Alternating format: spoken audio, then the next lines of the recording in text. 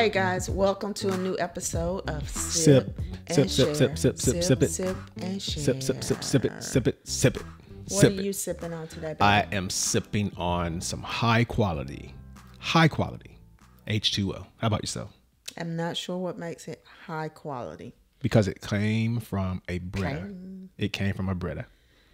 You know, I just wonder if we're doing too much in this day and time because, like, you know, we got some people say you buy bottles of water and they're just from a tap, right?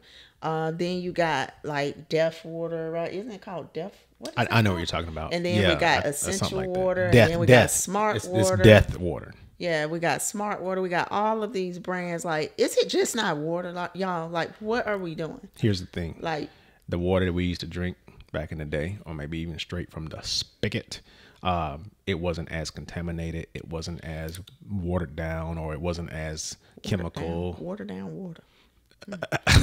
It wasn't.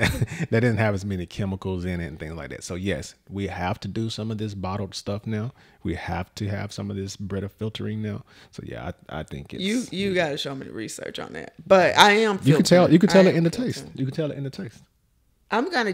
We are going to do a water taste test on here. I told you out of the gate when even though it's still filtered, the water that came from the fridge, I said I don't like this one.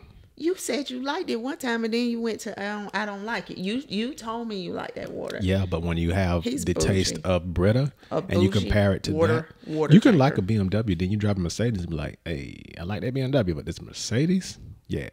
You know what I mean? You drive a GMC, so good luck with that. Actually, I don't drive it all. I walk.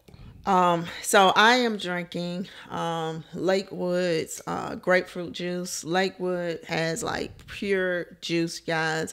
Usually it's like $9 for this like not so big bottle. I don't even know if it's 60. I don't know what ounce that is, but it's not that big.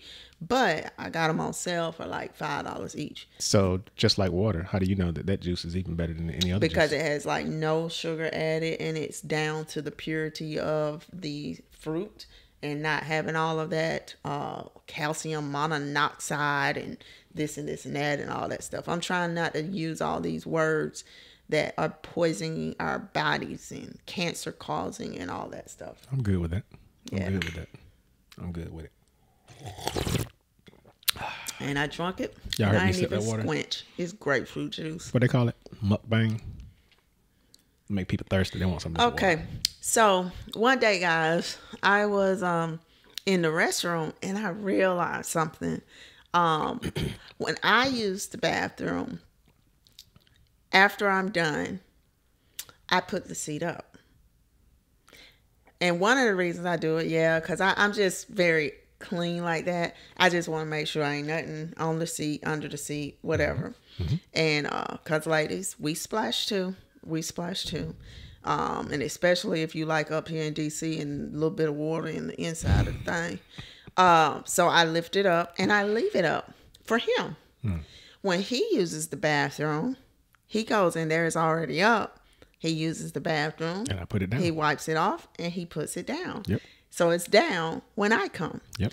There's been this age-old thing like, why didn't you put the toilet seat down? Mm-hmm. Why did the ladies get, and I'm a lady, we got the preference of, you got to have it down for me. Yeah. Like, why wasn't it the men saying, why didn't you put the toilet seat up? Exactly. You I'm know? glad. I didn't even know what kind of angle you was gonna take before we hit record, because that was gonna be my going in. I was gonna rather be combative and argue and be like, well, why you can't leave the toilet seat up for me? You know what? But you did it for me. It's almost like Eminem joking about himself in his raps, and you just took all my fire away. I have nothing to say other than the fact that I think you have a valid question. I've seen those memes and those gifs of how women sometimes seem to be responding when they accidentally sit on the toilet without the toilet seat, and it was like this lady drowning, and it was like, it's not that serious. But you know, I've never put my butt down, you know, in toilet water, so I can't say if it's serious or not. So I just want to know why it started, like you mentioned. Why did it start with, man, why didn't you put the toilet seat down? Why didn't it start with men going, why didn't you put the toilet seat up? You know, that kind of thing. But the bigger thing that grew from that is courtesy. it's just being courteous. Yep. You know, and it made me think like, man, we're really courteous to one another. We are actually. Like, we literally like say, I know she needs it this way, and I say, I know he needs it this way. And I'm using the toilet seat as a basis. Yeah. But there's so many other things that we do Yep. that are courteous to one another. Like, I agree. I agree. like, can you think of another one? I can. And I'm just going to tell you what you just got to the root of was, I think we go about our day-to-day lives thinking about the other person. And sometimes it's actually gotten us in a little bit of not trouble, but, you know, we got to the point where we started thinking about the other person so much we, you know, weren't thinking about ourselves, and it ended up becoming like contentious because it's like, well, I was doing that, so you don't have to, you know, and you didn't really get why somebody was doing something and things like that. So I think that the reason we're able to navigate that pretty well is because we're thinking about the other person when we go about our day-to-day lives versus us thinking about ourselves. For instance, number one, you actually like to cook, but you know, you get tired of cooking sometimes, right? But you actually like doing it. So what I say is the very least I can do, well, you're cooking and preparing the meal, and you get to the point where it's like, well, that's what she does. So, I mean, I ain't gonna change it, you know, whatever. But then every now and then when I have to do it, I go, golly, this is what she does every single day, 2 or 3 times a day. So I say at the very least, what I can do is go clean up the kitchen and put stuff in the dishwasher and whatever, so she doesn't have to do that part, you know. So that's me thinking about the other person, and you're thinking about me when you're cooking the meals every day, and I wake up in the morning and breakfast is there, so on and so forth. Or you washing the clothes, and I was like, sometimes I try at least. I was like, well, if she washes the clothes, at least I can do is fold them, you know, and put them away, something like that. Yeah, I guess it's like being like a yin and yang towards things, but and what I'm saying too is like especially when it extends upon outside of like the toilet seat that is specific for you. I don't gain nothing by it or anything like that. I raise it up for you. I just got in this habit like, well, Tisha, you already got it up, so just leave it up for him. I know certain things that you like or dislike. For instance, another courtesy that he does for me, I don't like hip hop that is all this cursing. I don't really like the newer school stuff. And so a courtesy is you wear your headphones or you listen to it outside of my purview. Right. So and then I know like I love gospel music. I love sermons. I love certain things. So, you know, sometimes I'll say, hey, you want to watch this right now? You're good or whatever. You don't just assume or push something on someone. You're courteous of knowing that they're not just like me or whatever. So, but yeah, you know, like even with the dish thing, like you're saying though, it's just being cognizant of like, what can I do to assist that person in any type of way, whether it's dishes, whether it's cooking, whatever it may be in your household. I think some households need a little more courtesies. I agree. And if you operate that way and you go into it, and you know, I think they say it takes, 21 times to do something to make it a habit. I may have that wrong. I may have that wrong, but you know, you do something essentially enough that it becomes a habit. Like, you know, I'll go ahead and pat myself on the back right now. You know, I have a wife that gets a foot rub every single night. Every single night. I wasn't for a while though, because your hands were hurting. Because my hands were hurting because I was giving foot rubs every single night. But I didn't ask for them. But that's the point. Yeah. That is the exact point. You know what I mean? It's like, well, she's probably been on her feet all day, so on and so forth. You know, and honestly, it's become like routine. Like it's not like, let me make sure I rub her feet. I think my feet are your blanket. Like maybe it's like that guy on Charlie Brown. Maybe it's calming and reassuring for me too.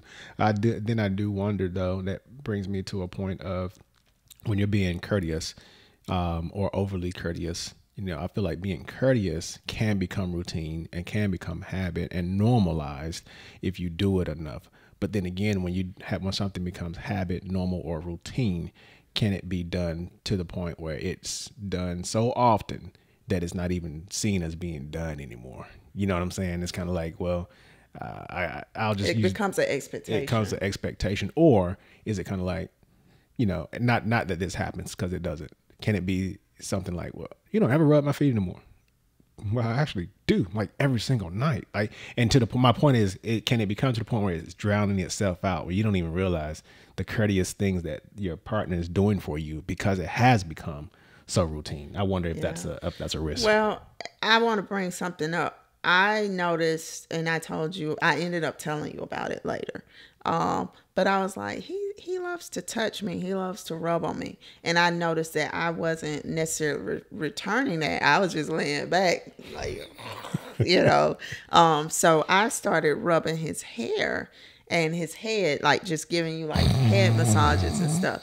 And you told me, you was like, that reminded me of something. I won't say what. Mm-hmm. And I was like, oh, like that. So I was like, you know, I have to return that courtesy to him, to give him that feeling of not just giving, but receiving the touch. So what I'm hearing as well. What I'm hearing is that I'm about to get my feet rubbed every night. No, not. I rub your head, the one that's visible. Wait. Edit it out. Edit out. We grown this folks is for children. This is for children. No, I too. always check the box, not for kids. No, so. we ain't talking about that. Yeah, but you know, don't just take. I guess is what I'm saying. Don't just expect.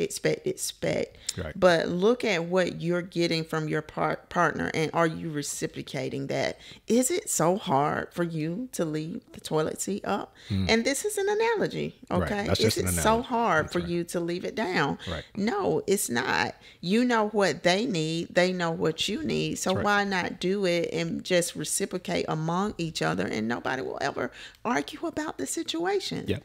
It can be hard. It can be hard. It can be hard. And I know why it can probably be hard is because you're not communicating openly. You're not talking about it. Maybe you're just like, well, I'm in here leaving the toilet seat down, you know, for her every day of my life, but she never leave it up for me. So I ain't leaving it down no more. Analogy again. Yeah. Y'all. This is definitely an analogy.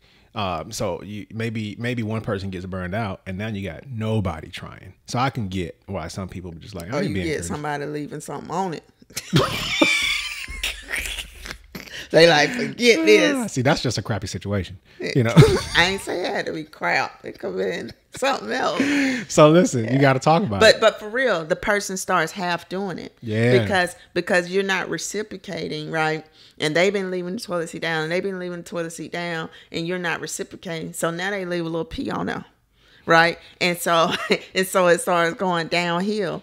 They just doing it out of they just complying with no effort, no passion towards it. And that's what happens in relationship. You know, you're doing something, and that person, they're reaping the rewards of it, and they're happy, but you're just tired of doing all the time. You've got to look back. You got to look in that mirror and be like, man, I'm glowing. I'm getting all this, that, and the other. Right. What am I doing for them? Yeah, don't be, again, analogous. Don't leave pee in your relationship. Clean the toilet seat off. Don't leave a crappy situation for your partner. Clean the toilet seat off. Be kind. Be courteous. Take care of each other. Be thoughtful to each other, because it's not 50-50. It's 100-100. And ladies, it is not that hard to leave the toilet seat up. It isn't. It's really not that hard. And he's going to thank you for it. And he'll start putting it down even more. So if you have the man that's not putting the seat down for you, how about you put it up for him? Ooh. And see what happens? I like where this is going. Fellas, you do too. All right. We thank you guys for joining us for yet another episode of Sip and Share. Until next time, folks.